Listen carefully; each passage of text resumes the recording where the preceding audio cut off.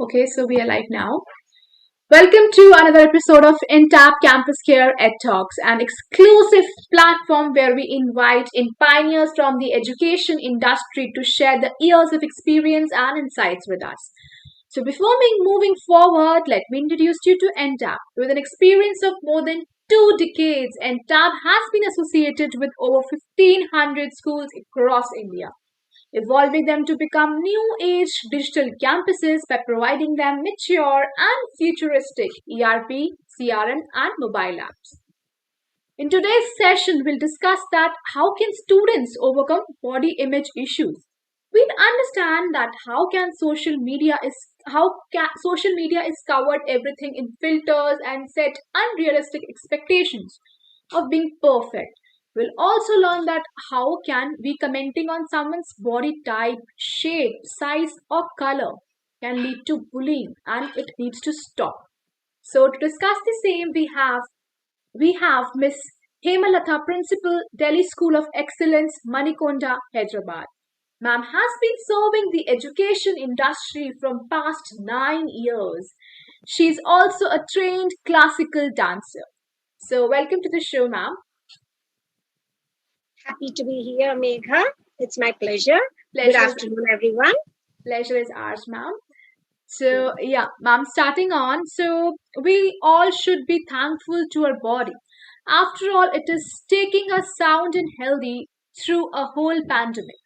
So, ma'am, but still not fitting into old jeans, standing in front of the mirror gives us a complexity. So, ma'am, in your opinion, how should one be thankful and show gratitude towards their body? Well, Megha, you're absolutely right. This pandemic has no doubt been an eye opener for all of us. For many of us, we have seen many things, we are facing many things, we have lost people, but we are still there. Right. So, this pandemic has shown us that we have to be grateful for many things. We have to be grateful for what we have, what we feel, what we are going through. But having said that, see, we are all humans. Hmm. Somewhere or the other, we are vain. You were saying, we are all, we give importance to very small, inconsequential things. But to the person, they are not inconsequential, like not fitting into something, not fitting the image of a stereotype that you have in your mind.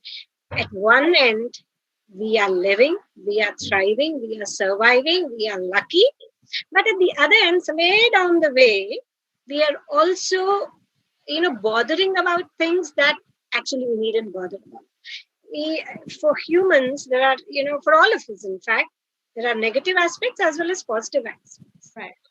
But what many of us, I'm not saying all of us, but what many of us tend to do is we try to somewhere down the way suppress those positive things that we ourselves have. And we focus so much on the negative things that, it leads to a state of anxiety or depression or stress or whatever it is. See, for example, I have a small body ache somewhere. So my whole life revolves around I'm having a pain here, I'm having a pain there, I'm not able to get up, I'm very fat, I'm too skinny, or I'm too dark, or something else like that. But at the same time, if you start thinking about it, why don't we start focusing on all the positive things that we have? Many of us are multitasking these days. We are working from home. We are taking care of the children. We are doing our household chores. Every day morning we get up. We enjoy that fresh cup of tea that we are, every day morning having. So there are so many positives. I can do two different things at one point of time. Why don't we start thinking, hey, I've got a beautiful smile.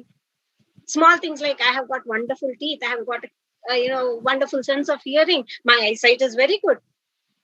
Maybe they're all small, but when you put them all together, we have so many positive things in us. Right. So first thing we need to start doing is appreciate what we are, what we are having, and then once you start appreciating what you have, then what do you start doing? You start taking care of your body. Absolutely. You spend time for yourself. You start eating healthy. You start drinking more water. You get into a fitness regime. I'm not saying you have to fit into that size 0 or whatever it is, but you start thinking like, yes, I have to become fit. You start sleeping better. Since you are, doing some physical activity, you start sleeping better. You're eating good food. So naturally, your skin starts glowing, you're sleeping better, and then you have more energy to do something. You go into a happy state of mind.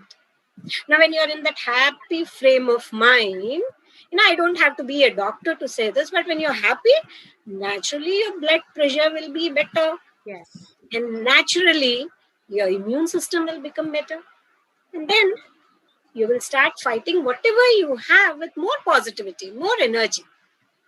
So at this point of time, I think what we all need to do is be thankful, be grateful for what we have. There is a saying, gratitude is the best medicine. Yes. It heals your mind, your body, and your spirit. And ma'am, your body is like a temple. You should worship your body. Exactly. Cleanse it, as they say. Right. And what happens when you are grateful? It attracts more things that you can be grateful for. Take away all those negative thoughts, negative images that you have of yourself. And then you start feeling grateful. Absolutely. That is my opinion. Yes, beautiful, ma'am. So moving forward, ma'am, a teenager's body, like as we know that a teenager's body goes through several changes, like physical, then mental. So, ma'am, Absolutely. at this point of time, how should everyone be more cautious of the comments that they pass on anyone's body type? How can it become a part of bullying someone? Megha, you have brought up a very, very pertinent, relevant, and important, topic.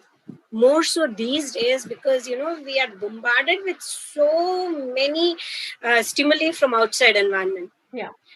We have all gone through that stage. We have all been teenagers at some point or the other. And as parents, we see our children growing up. And as being in the field of education, we see so many children, especially teenagers. And nowadays, it's not only teenagers, the sense of body image. What is body image? It's how you feel, what you feel, or there is a picture in your mind of your body. You have this image of yourself in your mind. Maybe that image fits what you actually are, or maybe it doesn't fit. But you have certain image in your body. And that image can be either you have a positive image or you have a negative image. Right. Now, suppose I have a positive image about myself. Let it be anyone, let it be a teenage person, let it be an adult. If I have a positive image about myself, I'll feel happy about myself. I'll feel satisfied about myself. I'll be more comfortable in my own skin. I'll be comfortable with myself. And if I'm more comfortable, I'm happy, I'll be at a relaxed state of mind. That leads to a healthy person. But at the same time, if I have a negative image about myself, I'm unhappy. I'll be stressed. I'll be anxious. I'll have sleepless nights thinking that, oh my God, I am, not like this. I don't have a model-like figure. I'm not thin. I'm not fitting into this kind of a dress. I'm, not looking beautiful. And I spend hours together in front of the mirror.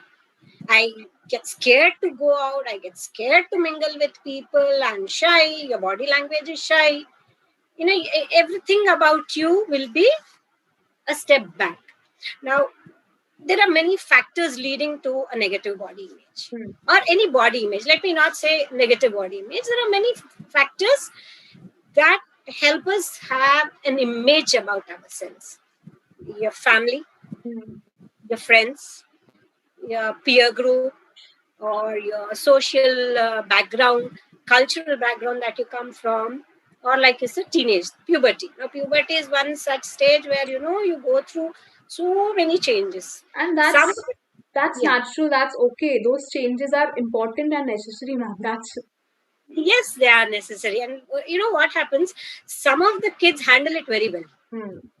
Because, whatever may be the reason, they handle it very well. They take it as a natural growing process. But some of them outgrow all those awkwardness, the discomfort, or they feel shy about their growing up. Some of them take some time, but they outgrow those. Some children, maybe the changes in their body are too much, or they are feeling very awkward about themselves, they're feeling uncomfortable about themselves, they'll take a long time. Now, during that phase, if they start hearing all things about themselves, there are a couple of instances that I have heard, I have seen also. A child comes very beautifully dressed in a frock. How am I? She turns around, prances around, and immediately if the comment is, this you're not looking very good in this dress, you're looking too fat in this dress, go change the dress. How will the child feel at that point of time? It could have been maybe put in a better way. Maybe you give an option of wearing 3-4 dresses and tell the child, why don't you try this, and you look very good in one of these dresses. But if you bluntly tell the child you're looking too fat in this, or you have very fleshy arms, so you can't wear these, or your legs are very thick, so you can't wear this kind of a dress, or you're too skinny. And we have heard, even Megha, you would have also heard, don't play too much in the hot sun. Kale ho jaoge, you will get tanned. Now, kale ho jaoge was used once upon a time. Now they use the word tanned. You will become tanned. Skin tanning, sun tanning, sunburn ho jayega. You won't be fair. Or, there are so many negative comments that come up, and you won't believe they were, children in their innocence or whatever, they can hurt the other children very badly. There have been comments, where you hear, if a child is a little on the heavier side and she comes into a bus to sit, ma'am, isko to ek seat kafi nahi hoga, she will need 2 seats to sit. Such comments also children. Now, imagine. Understand वो comment उस बंदे ने बोल के छोड़ दिया, but जिसको बोला है यू नेवर नो क्या इम्पैक्ट पड़ेगा उस बंदे के दिमाग पे. How much of a hurt the child is going through. See, we can't blame the other children also. They are children. So in a way, we have to counsel these children. We have to also counsel those children who are not thinking before. Why children? Even adults. Even we pass, how it's easy. You see someone, say, you see a friend, you say, hey, you're looking very great. You seem to have lost a lot of weight. So suppose my child is there and she's hearing me, what will she think? Oh, that auntie or whoever is looking very great because she has lost weight. So losing weight or being very thin, being very slim is beautiful. Right. The child has associated that. That's the wrong concept. Instead of that, if we as adults, if we as parents tell the children, being healthy is what matters. You have to be energetic, be healthy, have fun in life, have very healthy fun in life. Jao khelo, play, enjoy yourself, listen to music, do whatever comes to your mind. Then naturally the child starts feeling better about himself or her. And I have also known of cases where, so much bullying goes on, and most of it is about being fat. Yeah. Mota hai, he's a fatso or she's a fatso, and so much goes on. We hear of children being in this field, we hear of children, first thing is not eating enough. They feel that half roti, 1 roti is what would be enough for them, for the whole nutrition. They bring food, they might not eat it, they might take it back, parents are troubled. I have also come across in different places when I hear or talk to people where children go and they eat well because they love food, but they go and they vomit it out. Why? Because they have to fit into that slim figure notion. So that bullying is something which is there. We can't deny it is there.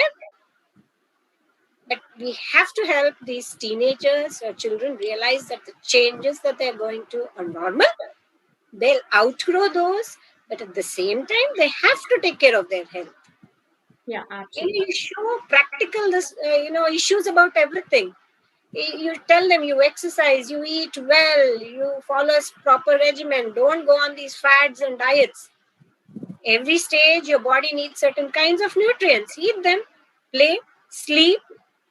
What else do you need? Absolutely. So yeah, I also feel what I feel is like beauty comes in every shape, size, and color. Absolutely, absolutely. Everyone is beautiful irrespective of these things. Yes. Tell them you smile. You smile. You smile. Your whole face starts glowing. Yes, absolutely. You don't have to be a certain kind of clear skin hai aapka. You have a beautiful skin, Mm. beautiful eyebrows, nice beautiful hair. You keep a very sad glum face with a frown. Will you look beautiful? At the same time, you smile beautifully. You're pleasant to people. Yes, That spreads warmth. And you are a beautiful person. That smile should come from within. absolutely. So, ma'am, moving on. Yeah, we are almost at the end of the webinar. So, ma'am, in the whole process of accepting one's body, how can Mhm. schools play their part and they can normalize every body type, shape, color, size, and focus on the uniqueness of one's personality? You said it yourself, Megha. Focus on the uniqueness of each child. Absolutely. That is what most of the schools do. Like, for example, I'll give you a few examples from our school. Right from a young age, what happens, I'll start, with the concept of healthy eating habits. Mhm. Every school has its policies, and we have a very strict policy of inculcating healthy eating habits in children. So, what happens right from the primary level, pre primary level, teachers definitely eat with the children.